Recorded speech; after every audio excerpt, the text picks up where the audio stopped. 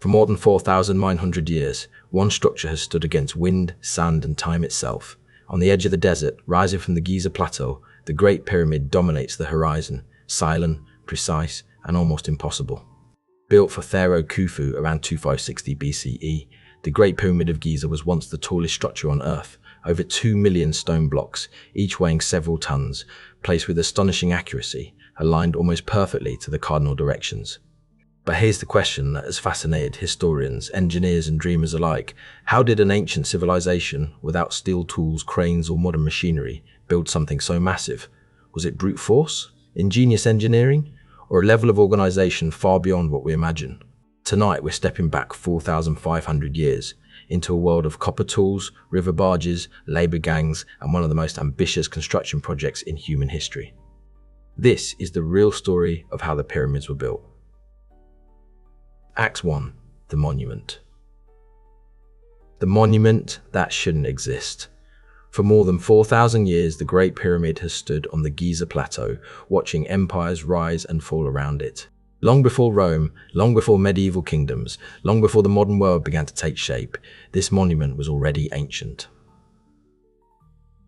It was built around 2560 BCE during the reign of Pharaoh Khufu, at a time when Egypt was in the height of what historians call the Old Kingdom. The Nile flooded predictably each year, agriculture flourished, and the state had reached a level of political stability that allowed it to think not just in years, but in generations. The pyramid was not simply a tomb, it was a statement. At its completion, it rose to nearly 146 meters, its outer casing of polished white limestone reflecting the sun so brightly that it could reportedly be seen from miles away. What we see today is only the core structure. The smooth outer layer was stripped away over centuries for other building projects. But even in its weathered state, the scale remains overwhelming.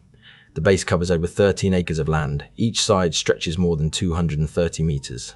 The four sides align closely with true north, south, east, and west, an alignment so precise that it continues to astonish modern surveyors. The platform beneath it was leveled with extraordinary accuracy, deviating only by centimeters across hundreds of meters. Inside, narrow passageways lead to chambers placed deep within the structure. Massive granite blocks, transported from quarries hundreds of kilometers away, form the ceilings of the king's chamber. Some of these stones weigh over 50 tons. This was not a gradual accumulation of stone over centuries. The pyramid was completed within roughly 20 years, a time frame that required consistent planning, resource management, and coordination on a national scale. To achieve this, Egypt had to mobilize thousands of workers. It had to organize quarrying operations, transportation networks, food supply systems, housing, and skilled labor teams. It required architects who understood geometry, overseers who could manage logistics, and craftsmen who could shape stone with precision. And all of this took place in a world without industrial technology. No modern machinery assisted them. No iron tools cut the stone. Everything depended on human coordination, ingenuity, and a deep understanding of materials. When people first see the Great Pyramid, they often focus on its size. But the real mystery lies in its system, in the invisible organization behind the visible stone. Because monuments of this scale are never just about architecture. They are about power, about belief, about a society confident enough in its stability to invest decades of labor into a single structure meant to last for eternity. To understand how the pyramid was built, we must step into that society, into the rhythms of the Nile flood, the structure of the Egyptian state, and the mindset of a civilization that believed death was not an end, but a transition. Only then can we begin to see how such an impossible monument became possible. Act 2. Quarrying the stone. Before the first layer of the pyramid could be placed, the stone had to be taken from the earth itself. South of the construction site, the Giza Plateau still bears the marks of ancient quarrying. Large sections of bedrock were cut away, leaving behind stepped impressions where blocks were once removed. It was here that much of the pyramid's core limestone began its journey. The work was methodical and organized. Teams of laborers carved channels into the limestone using copper chisels. Harder dolerite stones were used to pound and fracture the rock. Once narrow trenches were cut around a block, wooden wedges were inserted and soaked with water. As the wood expanded, the pressure helped separate the stone along controlled lines. It was slow work, precise work, and it had to be consistent. Each block needed to fit into a growing structure that would eventually reach nearly 146 meters into the sky. Quarrying was not random extraction, it was production. Blocks were shaped to approximate size of the quarry, reducing unnecessary weight before transport. Skilled workers likely inspected fractures and adjusted cuts to prevent breakage. The smooth, white casing stones came from the fine limestone quarries at Tura across the Nile.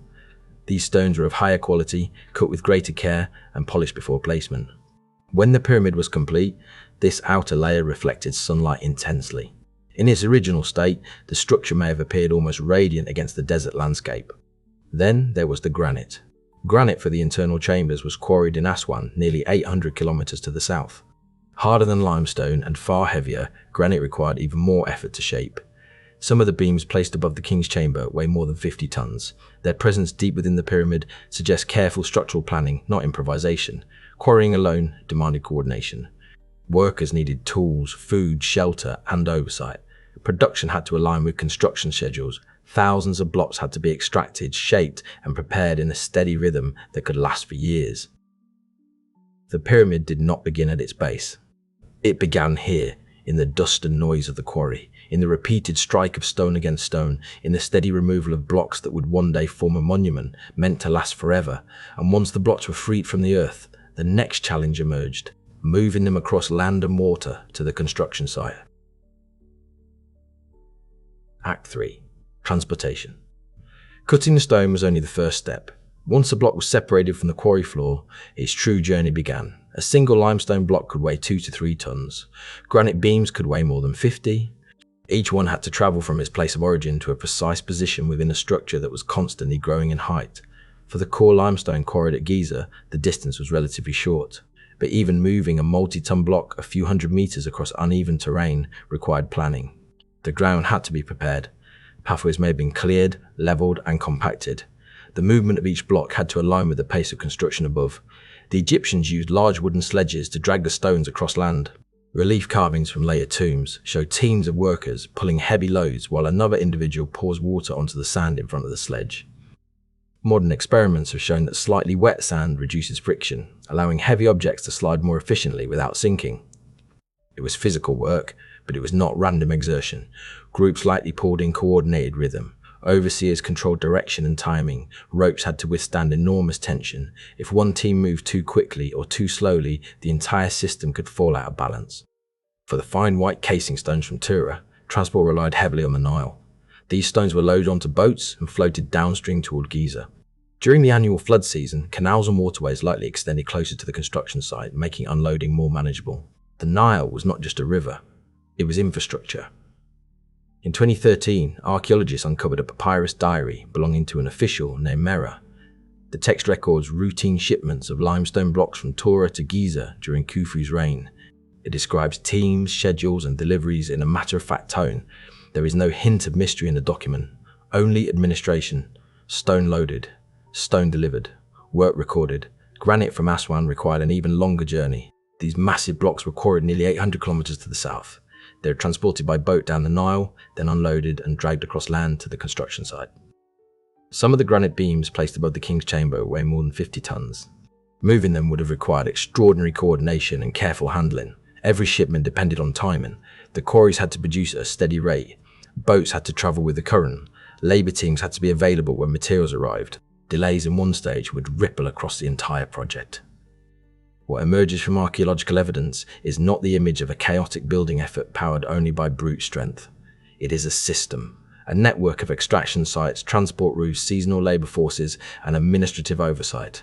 The pyramid was supplied by a logistical chain that stretched across the Nile Valley. Stone did not simply arrive at Giza. It was scheduled, measured, accounted for, and once it reached the plateau, the greatest challenge still remained: getting it upward. Act 4. Lifting the stones. Transporting the blocks to Giza was a monumental task, but moving them across the plateau was only half the challenge. The real question begins here. How were millions of heavy stone blocks lifted upward as the pyramid grew taller year after year? At ground level, placing the first layers was relatively straightforward, but as the structure rose, each new course of stone had to be positioned higher than the last. Eventually, blocks weighing several tons had to be lifted more than 100 meters above the desert floor. There are no surviving blueprints, no preserved construction manual, no detailed ancient explanation of the method used. What remains are theories. The most widely accepted idea involves ramps. A large straight ramp may have extended from the ground up one face of the pyramid during early construction. This would have allowed sledges to be dragged upward gradually as each new layer was added. but such a ramp would have required enormous amounts of material. To reach the upper levels, it would have needed to be almost as massive as the pyramid itself. Other researchers have suggested a spiral ramp that wrapped around the exterior as the pyramid rose. This design would reduce the required material but create complications at the corners where precise alignment was essential. A more recent proposal suggests an internal ramp system built within the pyramid structure.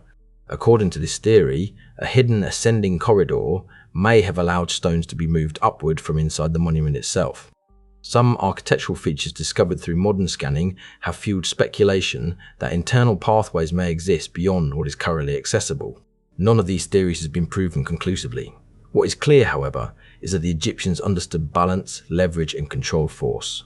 Wooden levers may have been used to lift blocks incrementally into position. Teams could raise one side of a block at a time, sliding stones beneath it to gain height gradually. This was not a single dramatic lift, it was repetition. Layer after layer, course after course, the pyramid did not rise in a moment of brilliance. It rose through thousands of small, controlled actions repeated over decades. Modern experiments show that with enough coordinated labor, multi-ton blocks can be moved and lifted using relatively simple tools. The limiting factor is not technology, it is organization. And by the time the pyramid approached its final height, the system was already refined by years of experience. The structure we see today is not just a monument of stone, it is a monument of process. And even now, thousands of years later, the exact method remains one of history's most compelling debates. Act 5. Who built the pyramid? For centuries, one explanation shaped popular imagination that the pyramids were built by slaves. The image is dramatic and easy to remember. Endless lines of chained laborers, driven by whips beneath the desert sun, forced to raise a monument to a ruler who claimed divine status. But archaeology has steadily dismantled that image. In the late 20th century, excavations south of the Giza Plateau uncovered the remains of what is now known as the workers' village. It was not a crude encampment. It was a planned settlement, rows of housing blocks, bakeries capable of producing thousands of loaves of bread per day, large-scale brewing installations, storage facilities, administrative buildings. This was infrastructure. Animal bones discovered at the site indicate regular consumption of cattle and sheep. Meat was not an everyday luxury for most Egyptians. Its presence in large quantities suggests that the labor force was provisioned deliberately and consistently. The workers were not hidden from history. Some were buried near the pyramids themselves. Their tombs were modest, but they were placed with honor. Inscriptions refer to organized labor gangs with distinctive names such as the Friends of Khufu and the White Crown of Khufu. These were not anonymous bodies. They were teams with identities. The workforce was likely divided into rotating groups. Many were probably farmers who worked on the pyramid during the Nile flood season, when their fields were submerged and agricultural labor temporarily paused. In this way, the state transformed the natural agricultural rhythm into a construction schedule. Skilled craftsmen formed another layer of the workforce. Stonemasons, surveyors, rope makers, carpenters, engineers. Their expertise would have been essential, especially in aligning the pyramid with such precision and constructing internal chambers capable of supporting immense weight. Above them stood overseers and administrators. The papyrus records from the reign of Khufu show that the project was carefully tracked. Supplies were logged, crews were assigned, deliveries were recorded. Nothing about the pyramid suggests improvisation, it reflects management. This does not mean that life was easy. The labor was physically demanding. Injuries likely occurred. Skeletons found at the workers' site show signs of healed fractures, suggesting that injured laborers were treated and allowed time to recover rather than discarded. The work was hard, but it was structured. The pyramid was not built by chaos, it was built by coordination, and beyond logistics there was belief. In ancient Egyptian religion, the pharaoh was not merely a political leader. He was a divine intermediary, responsible for maintaining Ma'at, the cosmic balance between order and chaos. The pyramid was not simply a tomb, it was a machine of eternity, designed to ensure the king's successful journey into the afterlife and, through him, the continued stability of the world. Participation in its construction may have carried social and religious meaning. To contribute to the king's eternal house was to participate in something larger than oneself. The Great Pyramid is often presented as a mystery of engineering, but it is equally a testament to social organization, to bureaucracy, to the ability of a centralized state to mobilize resources across an entire river valley. It represents a civilization confident in its stability, confident enough to invest decades of labor into a monument that would outlast its builders. When we ask who built the pyramid, the answer is not slaves in chains. It was farmers during the flood season, craftsmen with specialized skills, administrators with records and schedules, communities organized under a powerful state. The pyramid is not only a monument to a king, it is a monument to collective effort, and perhaps that is the most remarkable part of all. Act 6, Modern Discoveries and the Unfinished Mystery. For thousands of years, the Great Pyramid stood as a silent monument, but in the modern era, it has become something else, a subject of investigation. Archaeologists, engineers, physicists, and architects have all turned their attention to the structure, bringing with them tools the ancient builders could never have imagined. Laser scanning, ground-penetrating radar, 3D modeling, infrared thermography, and perhaps most remarkably, muon particle scanning. Muon scanning uses naturally occurring cosmic particles that pass through stone. By measuring how these particles travel through the pyramid, scientists can detect hidden voids and internal structures without dismantling a single block. In 2017, an international research team announced the discovery of a large, previously unknown void inside the Great Pyramid. Located above the Grand Gallery, the space is at least 30 meters long. Its exact purpose remains unknown. It could be a relieving chamber designed to reduce structural stress. It could be an unfinished passage. It could be something else entirely. Even now, the pyramid continues to surprise us. Modern structural analysis has also revealed just how carefully engineered the monument truly is. The internal chambers are positioned with extraordinary intent. The granite beams above the king's chamber distribute weight in a way that prevents collapse. The entire structure remains stable after more than 4 millennia of earthquakes, erosion, and human interference. This durability was not accidental. The more we study the pyramid, the clearer it becomes that its builders possessed a deep understanding of materials and stress management. They may not have used mathematical notation as we do today, but they understood geometry in practice. They understood balance. They understood repetition. What they left behind was not only stone, but a system embedded within stone. And yet, some questions remain unresolved. Which ramp system was ultimately used? How were the highest levels completed? Were there methods we have not yet considered? The absence of definitive answers has allowed speculation to flourish. Theories involving lost civilizations, advanced forgotten technologies, even extraterrestrial assistance have entered popular culture. But the evidence we have uncovered tells a different story. The pyramid does not require mystery to be impressive. It requires recognition. Recognition that a Bronze Age civilization, working with copper tools and organized labor, achieved something that still commands global fascination. The Great Pyramid is often called one of the 7 wonders of the ancient world. It is the only one that still stands, not because it was magical, not because it was impossible, but because it was built with intention, coordination, and an understanding of permanence. In the end, the pyramid is not simply a tomb. It is a record of human ambition, a reminder that large-scale cooperation can produce structures that outlast empires. 4,500 years later, it still rises from the desert, silent, stable, unfinished in its mystery. And perhaps that is its greatest power. For more than 4,000 years, the Great Pyramid has stood in silence. Empires have risen and fallen around it. Languages have changed, borders have shifted, civilizations have disappeared. The pyramid remains. It was not built with modern machines. It was not built with secret lost technology. It was built by human hands, hands guided by planning, by belief, by organization on a scale the ancient world had never seen before. Stone was quarried, stone was transported, stone was lifted, stone was placed. Layer after layer, year after year, until a monument emerged that would outlive its builders by millennia. Today, we study it with lasers and scanners. We search its interior with cosmic particles. We debate its ramps and corridors. We analyze its geometry. And still, it keeps some of its secrets. But perhaps that is fitting, because the true wonder of the Great Pyramid is not hidden in a chamber we have yet to find. It is already visible. It is the proof that long before steel and engines, before electricity and computers, human societies were capable of extraordinary coordination and ambition. The pyramid is not a mystery of aliens. It is a testament to us, to what organized people can accomplish, to what belief can sustain, to what patience can build. 4,500 years later, it still rises from the desert, and it still asks the same question: what are we capable of building today? If you enjoyed this deep dive into how the pyramids were truly built, consider subscribing for more calm, cinematic history documentaries. New episodes explore the mysteries, engineering, and forgotten stories of the ancient world, without myths, without exaggeration, just careful research and immersive storytelling. If there's a topic you'd like to see next, let me know in the comments. And until the next chapter of history, thank you for watching.